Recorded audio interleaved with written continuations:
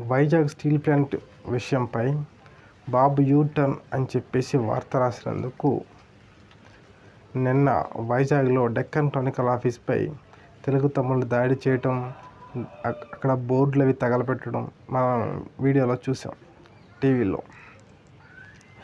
అయితే జగన్మోహన్ రెడ్డి గారు 2019లో అధికారంలో వచ్చినప్పటి నుంచి మొన్న 2024లో ఆయన దిగిపోయేంత వరకు